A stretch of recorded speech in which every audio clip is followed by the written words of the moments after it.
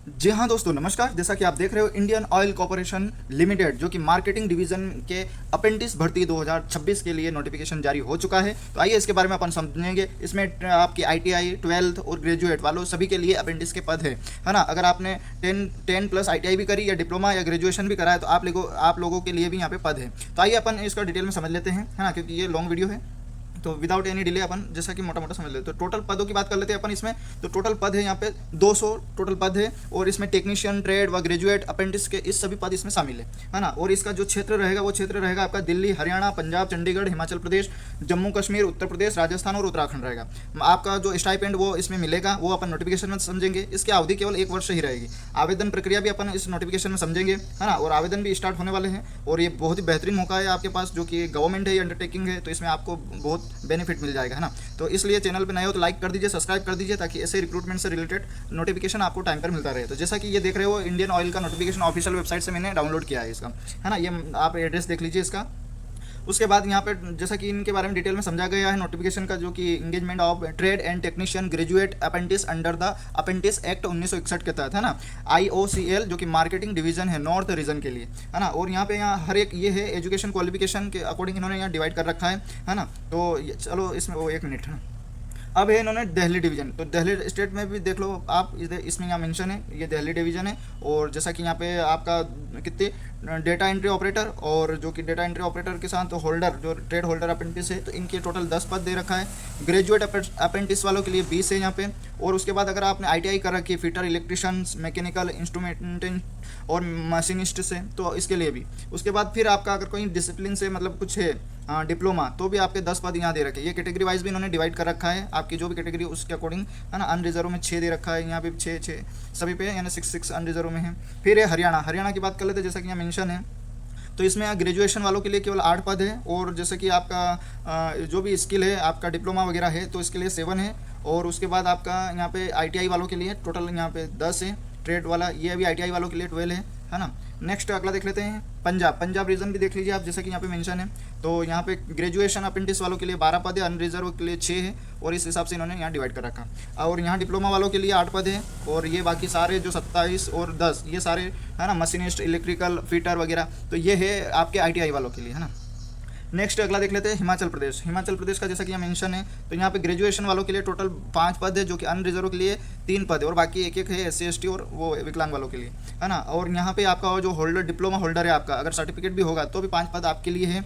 और ये जो पद है, जैसे कि 4 है, फिटर है, इलेक्ट्रिशियन आईटीआई वालों के लिए है, मशीनिस्ट, इलेक्ट्रिकल, सिविल, ये डिप्लोमा और आईटीआई वालों दोनों के लिए। और 8 पद है दे रखा, जैसा कि ऊपर 1 सेकंड, है ना, 1 मिनट। तो जैसा कि ये ऊपर दे रखा है इन्होंने, नहीं, हाँ, ये 8 पद ये भी आपके सिविल में, अगर किसी प्रकार का आपके सर्टिफिकेट वगैरह है, डिप्लोमा है या सॉरी आईटीआई सर्टिफिकेट है, तो आप आवेदन कर सकते हैं। सॉरी यार, है ना। फिर है उसके बाद है चंडीगढ़ में भी अलग से पद दे रखा है, जैसे कि यहाँ दे, यहाँ ग्रेजुएशन वालों के लिए 15 पद है, और 8 अनरिजर्व के लिए, और बाकी रिजर्व कैटेगरी के लिए, है ना। और अगर आप डिप्लोमा होल्डर हैं तो भी आपको यहाँ, जैसे कि इन्होंने दे रखा है, डिप्लोमा होल्डर के लिए 12 पद दे रखे हैं। फिर उसके बाद अगर आप यहाँ अप्रेंटिस जो कि आईटीआई वाले हैं, उनके लिए केवल 1 ही पद है अनरिजर्व में, और अगर आईटीआई प्लस सर्टिफिकेट है तो 2 पद इनके हैं यहाँ पे। नेक्स्ट अगला देख लेते हैं अपन। तो यहाँ जम्मू एंड कश्मीर, तो जम्मू कश्मीर में देख लीजिए आप, यहाँ ग्रेजुएशन वाले को देख लेते हैं, इसमें टोटल 5 पद है, और 4 अनरिजर्व में, और 1 रिजर्व विकलांग कैटेगरी वालों के लिए, है ना। और नीचे है ये आपका सर्टिफिकेट, डिप्लोमा वगैरह उनके लिए है ना। और ये है आपके 4 फिटर वगैरह, इलेक्ट्रिशियन, इलेक्ट्रो मशीनिस्ट, इनके 4 पद है। ये है आईटीआई वालों के, ये भी आईटीआई वालों के लिए 7 पद, है ना, जैसा कि यहाँ देख रहे हो आप, है ना। नेक्स्ट अगला देख लेते हैं अपन, राजस्थान में भी देख लीजिए आप, है ना। Sorry 1 second. तो राजस्थान में यहाँ पे मेंशन है आपका ग्रेजुएट, है ना, ग्रेजुएट अप्रेंटिस के लिए 16 पद है, 8 अनरिजर्व है, बाकी रिजर्व कैटेगरी में डिवाइड है।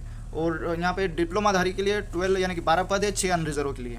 और आपका अगर आईटीआई कर रखी है आपने तो 22 पद इसके हैं, है ना। डिप्लोमा प्लस आईटीआई अगर दोनों है आपका तो 26 पद यहाँ पे राजस्थान में, है ना। नेक्स्ट देख लेते हैं उत्तर प्रदेश में भी यहाँ पे मेंशन है, जैसा कि आप देख ही रहे हो, है ना। तो यहाँ ग्रेजुएशन अप्रेंटिस के आपके 20 पद है, और आपका अगर डिप्लोमा वगैरह कर रखा है आपने तो डेटा एंट्री ऑपरेटर सर्टिफिकेट अगर है आपके पास, है ना, स्किल से रिलेटेड, तो आपके 10 पद इसमें, 5 अनरिजर्व के लिए, और ग्रेजुएशन वालों में 9 अनरिजर्व है।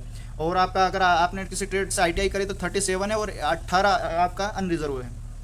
और आपका और भी है इसमें, अगर किसी में आपने इंजीनियरिंग वगैरह करी है ना, रिलेटेड आपने सब्जेक्ट से, या फिर आईटीआई कर रखी है, तो भी आप इसमें आवेदन कर सकते हो। इसमें 54 पद है, और अनरिजर्व के लिए 24 है ना। नेक्स्ट अगला सॉरी यार, उत्तराखंड तो उत्तराखंड में जैसा कि यहाँ पे मेंशन है, तो यहाँ पे आपका अगर ग्रेजुएशन प्लस है ना रिलेटेड इन सब्जेक्टों से अगर बीए या बीटेक वगैरह जो भी कर रखा है आपने, तो इनके 10 है, वो ग्रेजुएशन जो इंजीनियरिंग वालों वाला के लिए है ना, ध्यान रखना। और 7 अनरिजर्व के लिए, बाकी रिजर्व कैटेगरी में। और इसमें आईटीआई वालों के लिए जैसा कि यहाँ मेंशन है, एंड आईटीआई वालों के 6 पद है टोटल फिटर इलेक्ट्रिशियन है ना, तो और 5 अनरिजर्व में और 1 रिजर्व कैटेगरी में। और ग्रेजुएशन वालों के लिए ओनली 3 पद है ना, और वो भी अनरिजर्व में, और 1 पद है आपका सर्टिफिकेट वालों के लिए। अब अपन इसमें मोटा मोटा समझ लेते हैं, जैसे कि ये विकलांगता का अगर ये शॉर्ट फॉर्म दे रखा है और ये इसका फुल फॉर्म बताया गया है ना। और इसमें विकलांगता आपकी मान्यता डिसेबिलिटी कितनी रहेगी, अगर 40% आप विकलांग हो तो ही विकलांग कंसिडर किया जाएगा इसमें। नेक्स्ट जो भी ये रूल है वो आपका अपेंटिस रूल 1992 के तहत होगा, ये इन्होंने बताया। 2 नियम है, अपेंटिस एक्ट 1961 और अपेंटिस एक्ट 1992 के तहत है ना। और आपका जो पेड रहेगा इसमें, 1 सेकंड है ना, अपेंटिस शेल बी पेड है ना 2500 पर मंथ टूवर्ड है ना miscellaneous expenses by Indian oil. आपका केवल 2500 रुपये पर मंथ के हिसाब से रहेगा। और वो भी आपका जो ये कौन देगा, आपका ये है ना इंडियन ऑयल कॉर्पोरेशन, ये पर मंथ 2500 रुपये ये देंगे, बाकी आपका गवर्नमेंट देगा। तो करीबन आपको 10,000 तक पहुंच जाएगा। 7,000 के करीब गवर्नमेंट देती है, पता होगा आपको शायद इसमें, है ना। और नेक्स्ट देख लेते हैं अपन, क्योंकि अपेंटिस में जहाँ करते हैं वो देते हैं या ना देते हैं उन पर कोई नहीं निर्भर है, वो निर्भर रहता है गवर्नमेंट भी देती है इसके लिए, है ना। वो तो केवल आपको एक स्किल सिखाई जाती है ना। तो ये इन्होंने एक थोड़ा एलिजिबिलिटी क्राइटेरिया रखा है कि किसमें टर्नर फिटर में कितना क्या लिमिट है, तो ये तो बहुत सारा है ना। जैसे कि कौन सा सर्टिफिकेट आपका वैलिड है, तो आपने अगर आईटीआई कर रखी है, जैसे कि फिटर है मान लो, तो मैट्रिक प्लस फिटर 2 साल का ये होना चाहिए आपका, है ना। और उसके बाद किसका होना, तो एनसीवीटी और एससीवीटी, अगर इनसे आपने आईटीआई कर रखी तो आप मतलब उसके एलिजिबल हो, है ना। तो सेम एज इट इज़ वही रिपीट कर रखा है इन्होंने हर एक के लिए, और कुछ नहीं है ना। नेक्स्ट अगला देख लेते हैं अपन इसमें, जैसा कि यहाँ पे मेन देखेंगे, इसमें तो बहुत सारा पॉइंट दे रखा है, अपन जो काम की चीज़ें वही देखेंगे। एज फैक्टर देख लेते हैं अब। हाँ, ये यहाँ जैसे कि ग्रेजुएशन वालों का जो कि है ना आपका जो कंसिडर होगा, ये ग्रेजुएशन मेंशन कर रखा है इसमें, जैसे कि बी है ना इक्विवेलेंट होना चाहिए, MBA graduation, MCA, CA, ICWA, LLB और एनी सच एज इक्विवेलेंट और the pursues higher qualification and having complete the same और before joining the apprentice training shall not, है ना। ये लोग आप ज्वाइन नहीं कर सकते इसमें ना। एलएलबी ये कानूनी वगैरह इनका है अलग सिस्टम है, मतलब एमबीए वगैरह, तो ये लोग इसमें ज्वाइन नहीं कर पाएंगे, ये बताया गया ना। और दूसरा ये है कि इसमें आपका जो एज है, तो एज आपका जो मिनिमम 18 वर्ष होनी चाहिए और मैक्सिमम आपकी 24 वर्ष होनी चाहिए। 31/8/2026 से आपकी एज काउंट होगी। SC/ST को 5 साल का रिलैक्सेशन मिल जाएगा, है ना। और OBC को 3 साल का मिल जाएगा। वहीं पे अगर ST है तो आपको इसमें, हाँ SC/ST को तो मिल रहा है। ये विकलांग कैटेगरी में अगर आप कंसिडर हो गए 10 साल का इनका भी मिल जाएगा, है ना, विकलांग कैटेगरी। सिलेक्शन प्रोसीजर कुछ नहीं है इसमें, है ना। कैंडिडेट रजिस्टर्ड ऑन जो ये पोर्टल है NAPS और NATS पोर्टल पे जाकर अप्लाई करना है, और वहाँ से आपका selection process, there will be no written test interview, है ना। यहाँ पे कोई आपका केवल ना रिटन टेस्ट होगा ना इंटरव्यू होगा। यहाँ केवल आपका मेरिट के आधार पर चयन किया जाएगा, आपके परसेंटेज के आधार पर, है ना, बस, और कुछ नहीं है यहाँ पे, है ना। और दूसरा है कि आपका जो नॉन क्रिमिनल वगैरह SC/ST में है तो उनका अलग से कोटा बनाया गया है। और अगर डिटेल में आप इसकी जानकारी, और अगर इसमें आप रिलेटेड अप्रेंटिस में हो, तो जैसे कि मान लो ITI वालों के लिए तो NAPS पोर्टल पे आपको रजिस्ट्रेशन करवाना अनिवार्य है ना। अब डेटा एंट्री ऑपरेटर है तो NAPS पोर्टल पे ही, इसी पोर्टल पे आपको करवाना है। अगर आप जैसे कि डिप्लोमा है तो NATS पे जाके करवाना है। सेम अगर ग्रेजुएट हो आप तो NATS पोर्टल पर जाके, ये वेबसाइट दे रखी है, इन पोर्टल पर ही करवाना है आपको, है ना। सॉरी। और उसके जो रजिस्ट्रेशन है उससे आपका फिर वहाँ से आप डायरेक्ट भी आवेदन कर सकते हो, ऐसा कुछ नहीं है, है ना। और बाकी तो कुछ नहीं है, अपन सब मोटा मोटा समझ लिया है जो काम की चीज़ थी वो, है ना।